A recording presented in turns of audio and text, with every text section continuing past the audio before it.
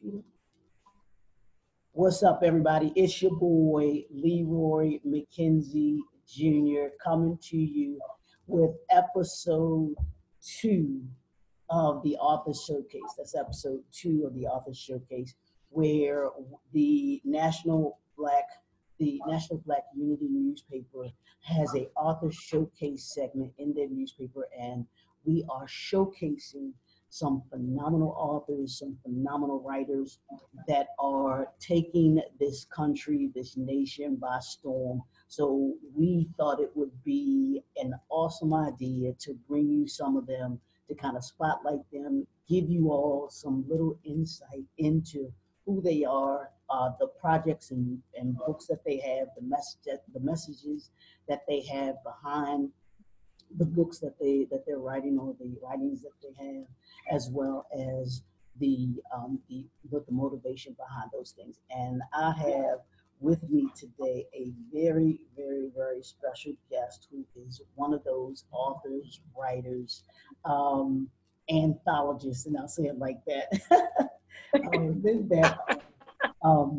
y'all will know about that in a quick second, but it is none other than Miss April Denise Whitehead. Did I get that right? Yeah.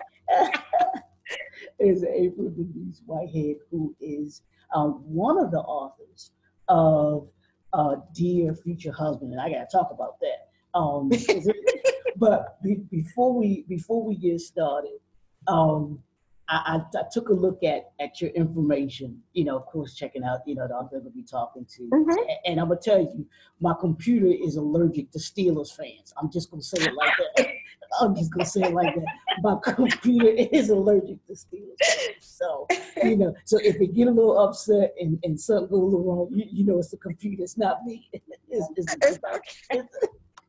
the computer. It's not me. It's not me. I'm just telling you, it's not me. But I want to welcome you to the Author Showcase, and I want to thank you for joining me today. Thank you. And I want to get right into the conversation, and I want you to tell the people just a little bit about who you are, and who is Miss April Whitehead, and who she is, where she came from, and then we'll take it up to the point here where you started and got into writing and are part of this the book that you are part of, Dear Future Husband. Okay. Well, my name is April Denise Whitehead. I am one of the authors of Dear Future Husband. I'm an educator first. I've been in the early education field for over 26 years. Wow. I'm an entrepreneur. I'm actually starting a new job working for the Baltimore Public City School System on Monday. I saw that. I am a praise and worship leader. I'm a paparazzi. Anybody ever heard of it? I'm the director. I have 11 people on my team. I do pretty much everything. And I wrote this book because I was married before and divorced. I'm going to say I was miserably married. And this time I decided to write my feelings in a book. A lot of times we always ask God to send me a man or a husband, but this book was specific. And at the time when I wrote this book, I was in a depressing state. I was like, I gave up on love. I didn't believe in it. I said to God, look, it's just going to be me and you until you return. But this book healed me. It made some wounds become, I had to look at some things. I'm like, April, some of these things were your fault. And it really healed me. So the book is basically just letting women know you can find love after brokenness. And I was real specific about, to God, what the type of man that I was looking for in my next future husband. Wow. And you said something that I want to pick up on, and I talked a little bit about this with the other author that I did a showcase on, did the first showcase on, and his name is Troy Jones. Yes. But he has a book called The Forbidden Journal. But he talked a little bit about men, and he and I talked a little bit about men being broken. and going through things. And now you're talking about women being broken, and this has just been, it's just been just phenomenal how this thing is just kind of falling together and flowing. And I want you to talk a little bit about, if you can, um, the aspect of women being broken. And because I had a couple of clients that I've dealt with who have wrote their stories, and it was from a place of brokenness. And a lot of people, men and women, don't understand or know how to make that journey out of that brokenness. Can you talk a little bit about Mhm. your journey a little bit from that brokenness to that point where you are now? Well, when I entered my first marriage, one of the things I discovered after I was divorced and writing this book, before you expect anybody to love you, you must first love yourself. Absolutely. I was one of them women, if I didn't have a man, I wasn't beautiful, I wasn't sexy, I wasn't anything without a man. Wow. After writing this book and after going through the divorce and the whole process, I learned out that before anybody can enter my life, first of all, let's take it back. I have to reference God. God comes first. And then I have to have love for myself to be comfortable with who I am, regardless if there is a man in my life or not. Absolutely. So I often joke, the next man that comes into my life, you're the blessed one, not me. Because you're getting someone now that truly understands what self-love is. And because I can love myself, I know this time I could truly love somebody for who and what they are. And that's hard for people to do. A lot of times we put on these little, we try to impress people. And we try to do everything not to show them who you really are. Next man I'm with, I want you to know my imperfections. I get angry sometimes. I get moody sometimes. I don't look.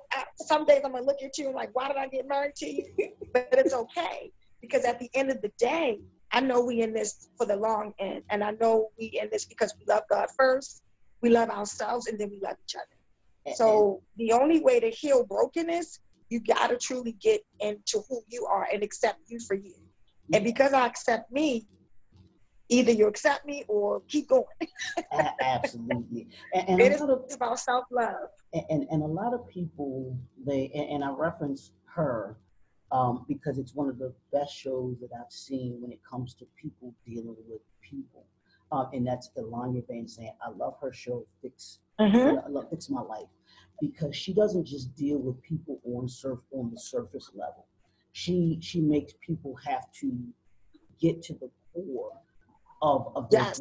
get to the core of their brokenness, get to their core of why they are the way that they are. Because until you can get to that point, like you were just saying, until you get to that point, you can't even begin to heal or to begin to um, turn that corner of Exactly. getting back to, getting back to whole. And a lot of folks, men and women, don't want to do the work. No. They don't want to self-evaluate. They don't want Yeah. to they don't want to say, wow, I do have some flaws. Yeah, Yeah. I did play a part in the relationship not working. And being real enough with yourself to say, okay, these are the things that are not perfect about me. These are things that I know that I can work on. Doesn't mean that that they're going to just go away overnight, but it does mean that you can acknowledge them and you can move forward in trying to correct them, trying to say, you know what, yeah, I'm working on it, so that when we do get into the relationship, like you said, where you understand who you are, so that the other person that Yes. you're in the relationship with can understand, yeah, they got some flaws, and just like they're going to come to the table with some flaws. Anybody that comes to the table and doesn't think they got any flaws, yeah, you need to run quick, fast, and a hurry away from because none of us are perfect, and it is exactly how you No. said, that we have to be willing, we have to be willing to be okay with ourselves, and then saying, even if someone else isn't okay with who we are, then you can say, that's cool. Hey, you not my cup of tea. Well, Exactly. I'm not your cup of tea. We say, it was great to meet you. Exactly. And then why are we afraid to say that to each other? Yeah, yeah, Yes. yeah. And I think a lot of us, that we're afraid to say it to each other, not only to each other, but I think, especially, and you can correct me if I'm wrong, in this day and time, a lot of people are afraid to be by themselves. If you know what I mean. You know, they feel as if, like you said before, like you said earlier, if I don't have someone, I don't feel like I'm loved. I don't feel like I'm a part of, you know, of something, or Mm-hmm. somebody and everything like that. As opposed to saying, like you said, I'm okay with who I am, and Yes. I have an understanding that, hey, it's just either not my time, and when God sees fit, that person that sees me for who I am will, you know, will love me, flaws and all, because I'm a advocate for knowing people through all four seasons. That's good, bad, ugly, and everything else. Everything Yes. else, because you need to know how somebody is on their best day, and you need to know how somebody is on their worst day, Yes. and be able to understand the dynamics in between the two. And, you know, just like God loves us unconditionally, you know, we as, you know, we want to be to the point where we can say we love people unconditionally, where, like you said, at the end of the day, I ain't going nowhere, you ain't going nowhere, we stuck together. We stuck together. Yeah, exactly. We are stuck together. So that is, you know, that is so awesome. And I think that your book, this book is so needed in this day and time, because you have so many men and women, like you said, and this one specifically for women, but I think that men can get something from it too, because you titled it Dear Future Husband. So the future husband got to know what he's getting in that future wife. So you know, so that's a great thing. But tell me this: what do you want the reader, after they've read the book, after they've closed after they've closed the book, after the last chapter that they've read, what do you want them to come away with from reading your book? Well, one of the things I want them to come away with is that, you know, because the six women we wrote this with were six Christian single women. Oh, And the okay, first thing okay. I want women to walk away with is that it's okay for you to be a Christian woman and desire a husband. Okay? It's Mm-hmm. okay for that. Don't make people, church sometimes, I'm about to get on church folks. Church folks make it seem like that single women can't desire a husband. Now, we all know a man that finds a wife finds a good thing. But I tell women, you got to be specific when you're asking and praying for God for who Mm-hmm. you want. Like my next husband, he needs to be my best friend. We need to build that foundation first. Mm-hmm. We need to be friends first and foremost. Absolutely. The second thing I want people to get from, even if it doesn't happen, women, love yourself first. I think when you get wrapped up into God, you get wrapped up into yourself. And then when you finally get wrapped up into those two things, love will come. It will find you. Mm-hmm. But you have to be comfortable with being by yourself. And I think I even put that in the book. If God doesn't bless me with a husband, I'm still okay. I'm Mm-hmm. learning how to accept the things that I can't change. I'm not going out here chasing after nobody. But at the same time, when I'm praying and when I'm asking God, I'm specific. You just can't say, I want a husband. You need to say, I want a husband that is this. I want a husband that is this. And I think a lot of times we just pray and ask God, oh, send me a husband. And he's supposed to know who and exactly. I know he know all things, but you need to be specific. So I want women to understand that it's okay for single Christian women to desire a husband. But at the same time, be okay with loving God and definitely be okay with loving yourself. And then at the end of the day, I want men to know, because this book is also for men, that there are some real decent, classy women that will stick by you, that will ride or die with you, we're not looking for the things, because I'm 43 years old now. The things that I was looking for when I was 23 in a man, I don't look for that now. I look for financial stability. I Mm-hmm. got your back, you got mine. And, you know, we may not feel like going to work, but we know we got to get up here and do this. Excuse me for what I'm about to say. If we get angry with each other, it ain't no withdrawing and holding back. You're my husband. I'm not going to withhold from you because we mad with each other. We're going to kiss. We're going to make up. We're going to bed. I understand that, you know, we can't sit around and kiss on each other. We things that I want people to come away with. These are grown women looking for grown men ready to build a foundation. and you're getting some real classy church, God-fearing, I'm going to write this to death, do us part.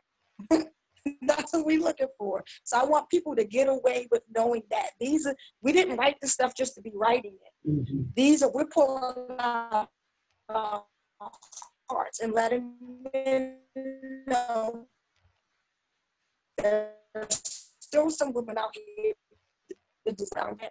We don't have family foundation. I grew up with both of my parents. How many kids can actually say that? Say that. You know, absolutely. so that's what I want men, yes, to understand. There's still some decent women out here. I love working. I don't want a man to work for, you know, I'm going to sit home. No, I love to work. I want my husband to know I love to work. I'm going to hustle and I'm going to do what I got to do. Just like I expect for you to, I'm going to do it. So that's what I want men and women to get from this book. These are grown women now looking for grown relationships. It's time for us to grow up. We're not kids anymore. I don't have that fairy tale dream. I don't even want a big wedding. Just give us the courthouse and let's put a down payment on a home. That's what I want. And I mean, I tell people all the time, I will take a small courthouse, like you said, courthouse wedding, over going, that, and then going on a nice vacation, or a honeymoon, on a nice honeymoon. And like you said, having a down payment on a house or even buying a house versus having these lavish weddings. And a lot of folks just don't understand that hey, you know what, you can spend, all this money on this grand day, and I get it, it's a special day and everything like that. I said, but when you have the mindset, like you just said, about the future, what we're building together, hey, that one day, yeah, it's going to be nice, it's cool and everything, but I'm talking about when we look back, we sitting on that porch, and and the kids can take the house. They have no debt when they're coming out of school. You're able to put them in a position to be successful, and everything like that. That's what, to me, that's what it's all about, as opposed to that's what it is. Still having, you still 20, 15 years in or whatever, and you still got the debt from the wedding that you try to pay off and everything. Folks, it's just, it boggles my mind. But I think that can you talk a little, and we'll do this really quick. What got you started, and what made you want to write this book? How did you come about writing this book? Had you written before? Were you a writer before? Was this your first project that you took on?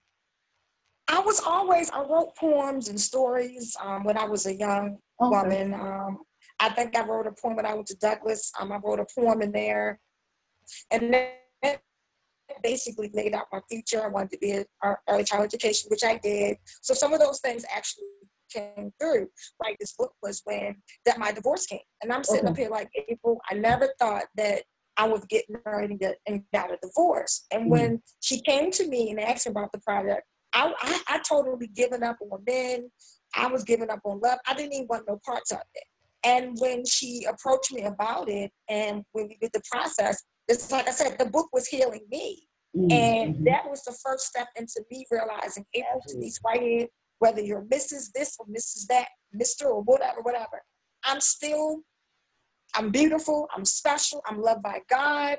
And that was really made me write the book. I needed that healing for myself. And when she said it, I was like, really? And all of us, if you read the book, all of us have went through some dramatic stories. I'll start off, unfortunately, I was raped at the age of 14. Okay. And that really right there put a bad taste in my mouth about men. And as I went on in my life, I was abused for 4 years. I had a bad marriage. You would think somebody like me would not be looking for it. But that book helped heal me.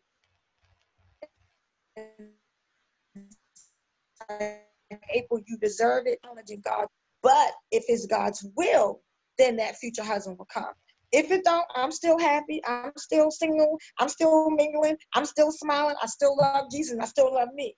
So that's the reason why I wrote it. Because the woman that you see today, I had to write this book in order for me to be the woman that I am now. So, and I had to pray first. I prayed and I asked God, because I'm going to be honest with you. I got a lot of negative from other Christian church people. Because a lot of people was like, why are you writing this book? You know, when God, you know, he's supposed to come to you. And, you know, even my own mother didn't understand why I wrote this book. And I said, you know what? I'm being pacific and I'm asking God, but I didn't write it necessarily to gain a husband. I wrote it to heal myself. And in the process, letting that person know, this is me. You either love me the way I am or you know. So it was a struggle. I'm not going to say everybody approved it. Absolutely. But I asked and I prayed God for it. And I believe that any woman or man that reads this book, and not just my story, but all of these women's stories, you're going to get something out of it. Absolutely. And that's the thing that also I think that people don't realize when you write stories like this, when you write your story, and I've told this to many people that you don't understand the number of people that you will touch just because of the mere fact that they think that they're the only ones that have gone through it or that are going through it. And you talked about it being healing for you, but this book, it helped with your healing. And I believe that it does the same or will do the same for that woman that went through the same thing that you went through. Exactly. And she's thinking that she's the only one. Here's a group of women, 6 women that are saying, you know what? No, here's what I went through. And she can relate to whether it's all of you, maybe one of you, 2 of you, however many it is, but she can actually relate to you by going through that. And or with the men looking at it, saying, wow, you know what? I now can understand about the woman that I'm dealing with, or that I've dealt with, and be able to see that and say, wow, okay, here's what I can do in order to be able to, you know, to better understand what she may have gone through, or you know, with the person that I'm in a relationship went through, on how to be able to deal with it. So it touches people in such that way, because they begin to see, wow, I'm not the only person out there that's like this, which a lot of us who have gone through hurt and brokenness and stuff, we think we're the only ones, you know, when in actuality we're not. We're just one of many that have gone through different kinds of hurts. And so I thank you for doing a project like this that brings light to that, and will heal people. And like I said, a lot of these books are about healing. It's about being able to deal with yourself, and not being, like you said, not being the same person that you are at 40 or 42 or 50 or 51 that you were at 23, 25, 21. Because I know Muhammad Ali said this. He said, if you're the same person at 40 that you were at 20, then you wasted 20 years of your life, because you should not be that same person. There should be some growth in you. And you've gone through some things, you've experienced some things, so you've been able to know what it is. Like you said before, we grown folks now. we are grown folks now. So so that's what it's all about. So let's do this. How can people?